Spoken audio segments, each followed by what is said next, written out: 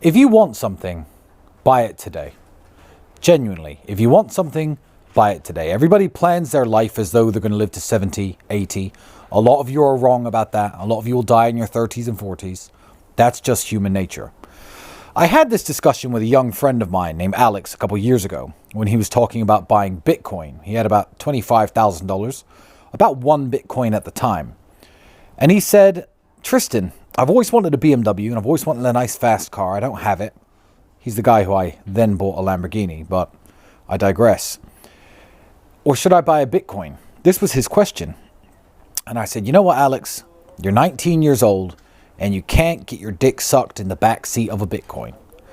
And what I meant by that, as vulgar of an example as it was, is that you can buy crypto at your age. Maybe you're watching this and you're 17, 21, 25, and you could save for the future, plan for the future, and think maybe when I'm 35, I'll have all those things I've ever dreamed of.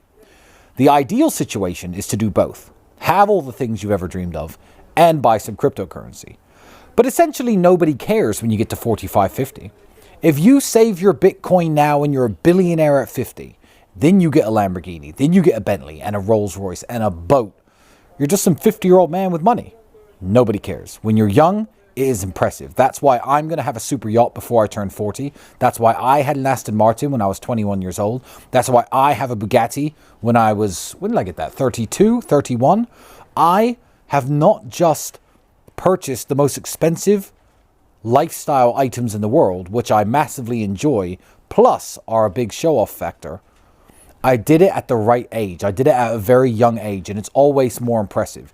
If I meet a 50-year-old man and he shakes my hand, he's got a Rolex on his wrist, it's a completely different feeling than when a 20-year-old reaches out his hand to shake my hand and there's a Rolex on his wrist. That 20-year-old, it's not expected of him to have that Rolex, whereas with the 50-year-old it is.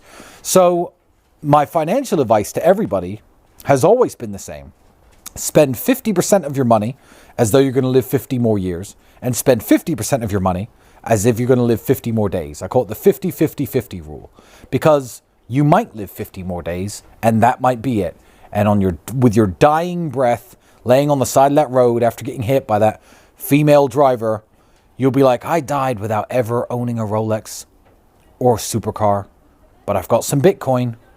Nobody cares. Thanks for watching. If you enjoyed this video, don't forget to like, share, and hit that subscribe button to stay tuned for more powerful content. For my subscribers, check out the video on the left to hear Lil Durk talk about the power of faith and hustle, or the video on the right for more inspiring moments from King Festus. See you in the next one.